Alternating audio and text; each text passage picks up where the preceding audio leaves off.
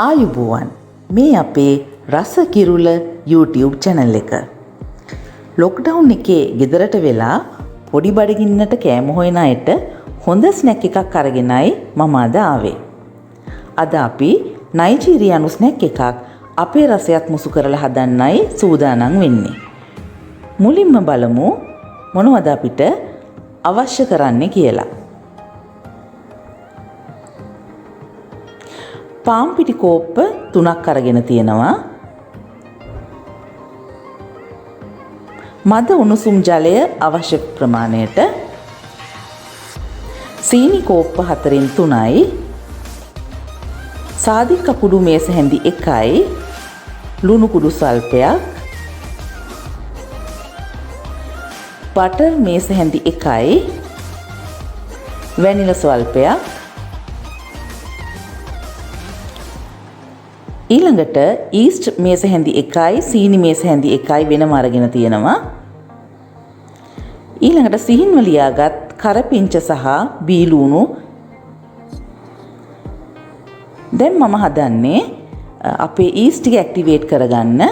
ඒකට මම ඊස්ට් මේස හැන්දට සීනි මේස හැන්ද එකතු කරලා මද උණුසුම් වතුර කෝප භාගයක් විතර දාලා මේක හොඳින් මිශ්‍ර කරනවා.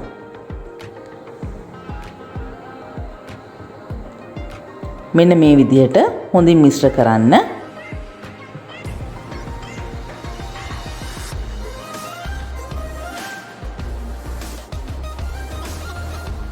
ඊළඟට මම මේක හොඳින් වියලි සර්වියට් එකකින් වහලා පැත්තකින් තියනවා විනාඩි 10ක් විතර. ඒ අතරේ මම පිටි ටික භාජනයකට දාගන්නවා.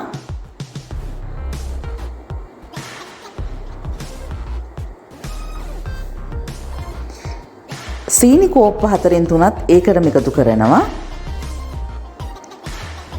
ඊළඟට ලුණු කුඩු ස්වල්පයයි.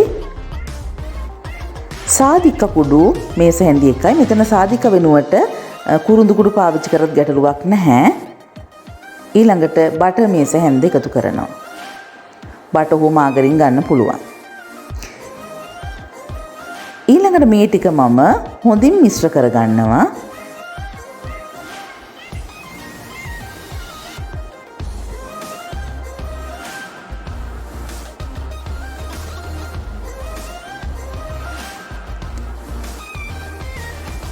මම දැන් කරන්නේ ඇක්ටිවේට් කරගත්ත ඊස්ට් ටික මේකට හොඳින් එකතු කරලා මිශ්‍ර කරනවා. දැන් වැනිලා ස්වල්පයක් මම මේකට එකතු කරනවා.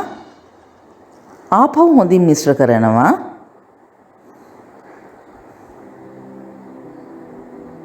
දැන් වතුර ස්වල්පයේ බැගින් මද උණුසුම් වතුර ස්වල්පයේ බැගින් එකතු කරමින් මේක හොඳින් මිශ්‍ර කරගන්න අවශ්‍යයි.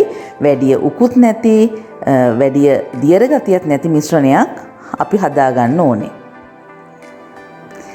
දැන් මම අපේ ක්‍රමය මේ නයිජීරියානු පෆ් එකට එකතු කරන්න හිතාගෙන කරපිංච සහ බීලුණු සිහින්ව ලියාගෙන මේකට එකතු කරනවා. ආපහු හොඳින් මිශ්‍ර කරනවා. මේ බලන්න මෙන්න මේ විදිහට අපිට මිශ්‍රණය එනවා. ගොඩක් ඝනකමට ගන්නෙත් නැහැ අපි.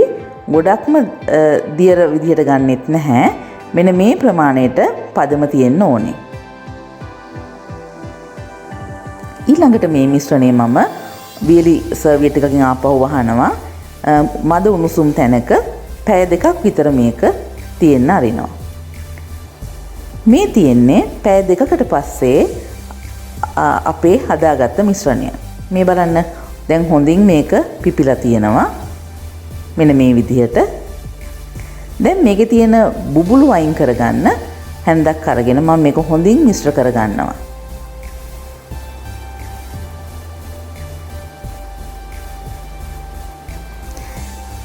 ඊළඟට මම තාච්චිය ලිපේ තියලා ගින්දර අඩුත් නැතුව වැඩිත් නැතුව මද ප්‍රමාණයට තියලා තෙල් ටික රත් කර ගන්නවා. මතක තියාගන්න තෙල් ටික හොඳින් රත් වෙන්න ඕනේ. හැබැයි වැඩි ගින්දර පාවිච්චි කරන්නත් බෑ. ඊළඟට මෙන්න මේ විදිහට අපේ මිශ්‍රණය ටික ටික අරගෙන අපි මෙන්න මේ විදිහට දානවා. මේකේ අපිට රවුමක් හදලා දාන්න අමාරුයි මොකද දියාරු ගතිය වැඩි නිසා. නමුත් මේ විදිහට අපි දැම්මම ඒක රවුමක් විදිහට පෆ් එකක් විදිහට අපිට ලැබෙනවා. හොඳට පිම්බිලා එනවා. මේ බලන්න. මේ විදිහට ටිකක් වෙලා බෙදෙන්න දීලා මේක අපි ඊළඟට මේ යට පැත්ත බෙදෙනකොට අනිත් පැත්තට හරවන්න අවශ්‍ය වෙනවා.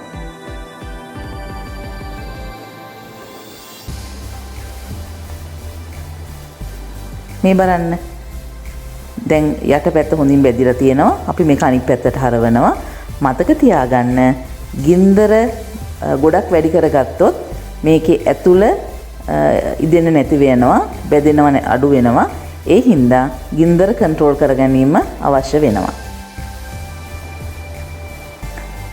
මේක හොඳ ගෝල්ඩන් බ්‍රවුන් කලර් එකට එනකන් අපි මේක බැද ගන්න ඕනේ.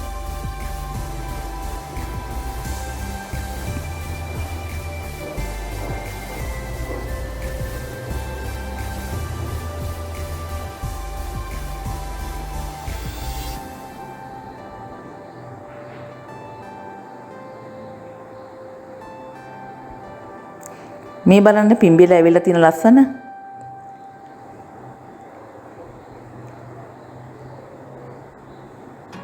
දැන් මේ පෆ් එක ලිපෙන් අයින් කරගන්නයි හදන්නේ. හොඳින් තෙල් බේරලා ටිෂු එකක් උඩට අපිට මේක අයින් කරගන්න පුළුවන්.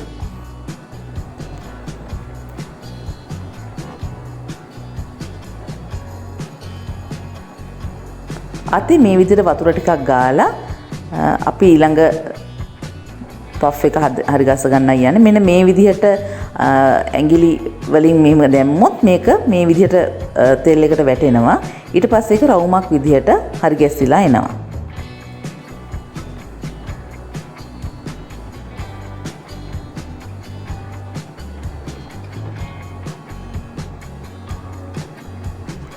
මේ බලන්න අපි හදපු නයිජීරියානු පෆ් එක. හවස තේ වෙලාවට මේ විදිහේ පෆ් එකක් කාලා තේ එකක් බොන්න තියෙනවා නම් හරි අගෙයි. එහෙම නේද? රස කිරුල අපේ YouTube channel එක subscribe කරන්න. ඒ වගේම like කරලා, share කරලා, comment එකක් දාන්න අමතක කරන්න එපා.